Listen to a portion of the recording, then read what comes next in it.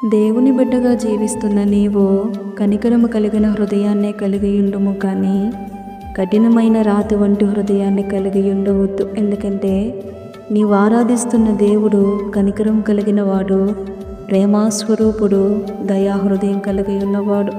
ఎంతటి ఘోర పాపి అయినప్పటికీ క్షమించగలిగిన సున్నితమైన మనస్సును కలిగి ఉన్నవాడు కనుక అటువంటి ఆ గొప్ప దేవుణ్ణి ఆరాధిస్తున్న నీవు ఆ గొప్ప మనస్సునే కలిగి ఉండుము. ఇతరుల బాధలో ఉన్నప్పుడు వారిపైన మూర్ఖుని వల్ల ప్రవర్తింపవద్దు, కఠినల వల్ల మాట్లాడవద్దు.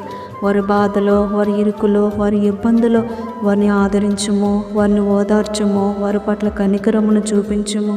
అప్పుడు నీవు ఇరుకైన మార్గము గుండా వెళ్తున్నప్పుడు దేవుని దయను, ఆయన కనికరమును, ఆయన కృపను నీవు పొందుకొందువు కనుక అటువంటి ఆయన గొప్ప మనస్సునే కలిగి ఉండుము. హల్లెలూయా.